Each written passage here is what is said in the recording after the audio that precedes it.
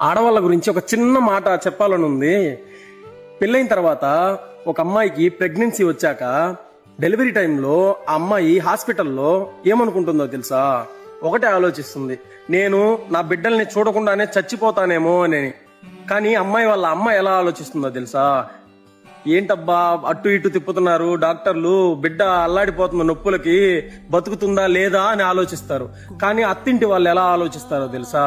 ఆడపిల్ల పుడుతుందా, మగపిల్లాడు పుడతారా, ట్విన్స్ పుడతారా అని ఆలోచిస్తారు. కానీ మన మగాళ్ళు సేఫ్ అబ్బా. ఎందుకంటే నెల వచ్చే తల్లికి పీరియడ్స్ ఉండవు, పెళ్ళైన తర్వాత ప్రెగ్నెన్సీలు ఉండవు, కష్టాలు ఉండవు, ఏముండవు. అందుకే మనం ఆడవాళ్ళ మీద పడి పీక్కు తింటుంటాం.